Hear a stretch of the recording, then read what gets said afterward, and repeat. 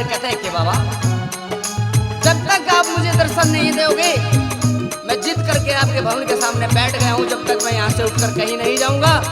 और कैसे बालाजी महाराज से बातें करते हैं, आइए इस भजन के माध्यम से सुनिए कैसे।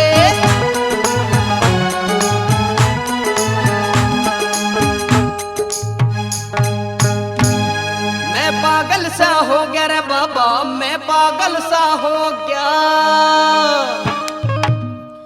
मैं पागल सा हो गया रे बाबा तेरे प्यार में। मन दर्शन दे दे एक बार आ गया दरबार में।